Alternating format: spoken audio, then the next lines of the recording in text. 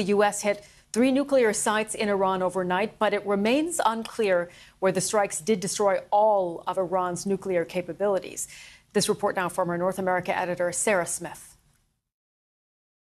Donald Trump, who promised to end foreign wars, went on live television to announce the attacks that may have just made him yet another wartime president.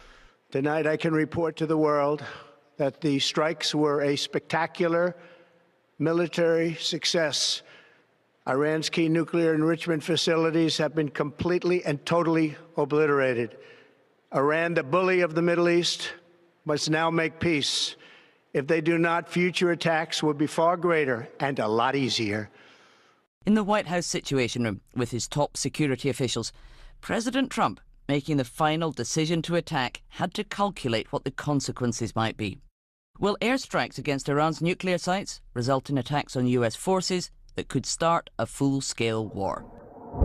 In these pictures from Isfahan, you can see and hear the airstrikes hitting one of the 3 nuclear sites attacked. Iran obviously knew this was a possibility, but may not have been expecting it so soon. President Trump had said he would take up to 2 weeks to decide whether to take military action. At the Pentagon, they want to say this operation is already over. Iran should not respond. The operation President Trump planned was bold, and it was brilliant, showing the world that American deterrence is back. When this president speaks, the world should listen.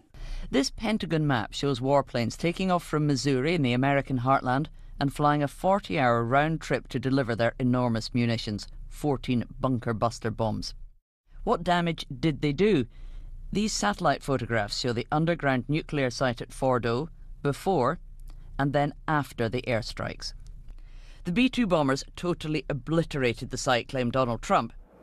The US military haven't actually made a final assessment, but say the facility has been severely damaged, not destroyed. Iran has said it will respond in self-defense. It hasn't said how. It is an outrageous, grave and unprecedented violation of the fundamental principles of the Charter of the United Nations and international law. The warmongering and lawless administration in Washington is solely and fully responsible for the dangerous consequences and far-reaching implications of its act of aggression. World leaders have hastily convened crisis meetings in international capitals, aware that a growing conflict would affect them all. The UN Security Council is in emergency